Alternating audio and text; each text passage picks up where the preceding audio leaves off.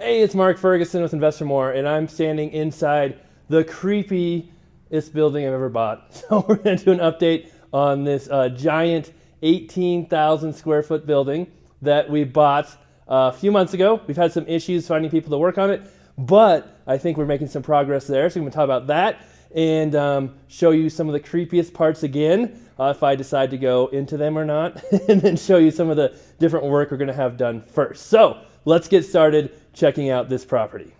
As you can see, it's cold and snowy today in Colorado, and this property is in a small town about 50 miles away from me, and we bought it because it was super cheap.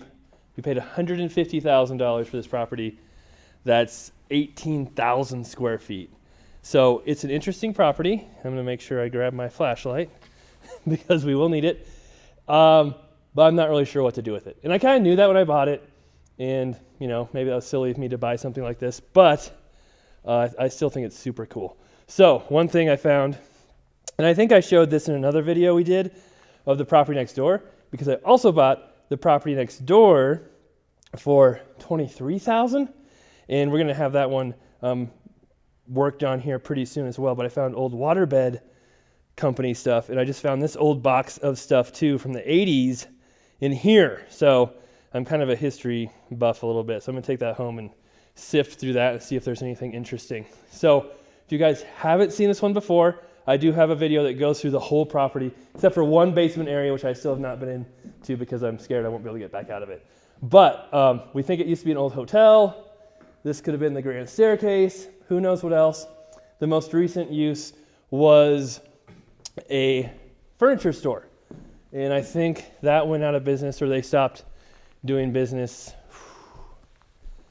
10 years ago, maybe. But you can see there's lots and lots and lots of space here. So it's big. And then there's 2 basements, 3 upstairs, and a lot going on here. So the creepiest part is back here.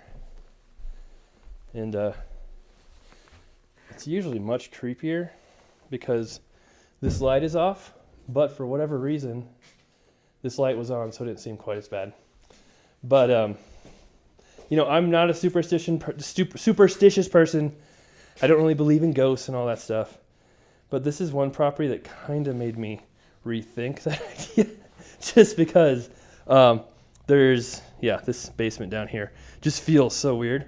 And I think that Nikki, my project manager, who is not with me, she's in the car waiting, was the same way about this basement.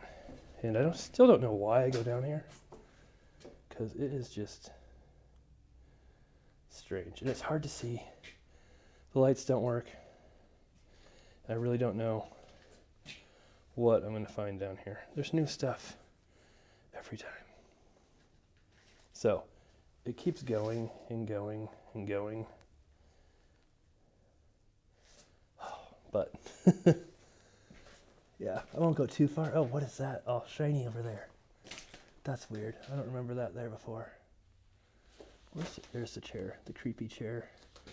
And that goes back a good 80 feet, maybe more, of just weird creepiness. So I've had my fun down here. I think I'm done. I'm going to go back upstairs. One day, well, we did come down here with the town of, the city came by to look at the property and check it out. And they brought lots of flashlights and a few people with them.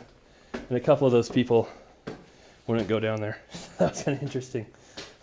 So, yeah, we'll just leave it at that for right now for the creepy basement. And we'll show you some of the rest of the property and what some of our plans are to actually repair it here soon. All right, so we're back in this main room. That's where we came in, right over there. And if I sniffle at all, it's because there's no heat in this building, and it's probably not much warmer than outside. That's why. But no, just a pretty crazy property. Lots of ceiling damage and stuff all over.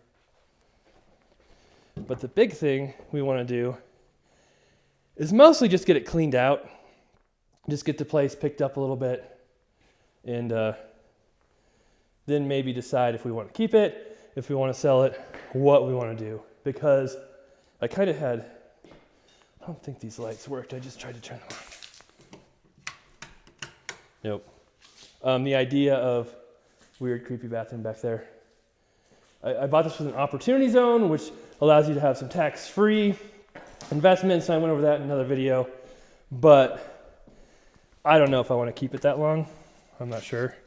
And this is the crazy basement that I have never gone in yet because of those stairs. I don't think they're going to support me. So one day when I get my climbing gear and grapplings and hooks and all that stuff, then maybe I'll go down there. But yeah, not right now. And then there's this other cool part over here. If we go upstairs, like I said, there's 3 upstairs here. And this is where I found that box of stuff. And really the thing that kind of creeps you out the most about places like this is it's so dark. And not that there's ghosts or anything, but that there's like a homeless person sleeping in here who you surprise or who isn't very nice, who jumps out at you. So that's always my biggest concern. But yeah, right there where I found that box of stuff. So another creepy part of the building. And the tricky part too is carrying that down the stairs with my flashlight and not falling on my head. All right, don't worry. We're making our way to the part where we're starting work soon. Lots of demo, lots of stuff to be done here. And yeah, more creepy stuff. This random staircase here. It is extremely steep and extremely cold, extremely dark. And this is where they stuccoed over the windows. And at some point, I don't know if this was a hotel a long time ago or somewhere else, but yeah, it keeps going too. So we have light. Access to the roof right here. And what I wanted to show you, besides all the random shoes and junk that accumulates, is this. So obviously this is an issue. You can see into my other building because the brick's falling out and gone. But that is what we were doing, is talking to a brick specialist. It's been really hard finding someone to come out here and look at the property because it's kind of far away, and finding people who specialize in brick. But we did find someone. We just approved his bid. So he's going to come out here, patch up this area, and then patch up the giant broken wall. I really hope I don't fall through the roof. I don't think I will, but it's always possible. Over there, the whole wall where the tarp is falling down. So patch that up and get this building stable. And then once it's stable, we need to do some work on this roof. This is the roof that keeps leaking. Then we'll have kind of a structurally sound, watertight building. And then we can decide from there, hey, do we gut it? Do we try to rent it? Do we just sell it now that it's not falling down? And we'll make those decisions at that point. All right, made it back down the stairs. And I feel like every time I come here, it gets slightly less creepy, but not much less creepy, just a little bit, because it's just weird. And just, spaces that haven't been used for decades, and the crazy dark basements, the water damage. It's just a strange property. All right, so that is the place. We will have some more updates as work actually starts to be done.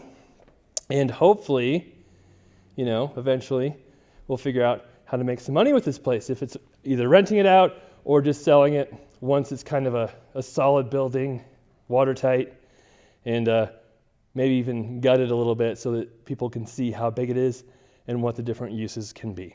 All right, thanks for watching. Appreciate all the support, the comments, all of those. Keep those coming. We love the likes. Keep those coming. Let me know what you think of this place. And like I said before, I'll link to the before video that shows the whole building in more detail, including the cat food. Which is right there. Yeah, we'll see. I still like it. It's so cheap, it's kind of hard not to buy it, but there's also a reason why it was so cheap.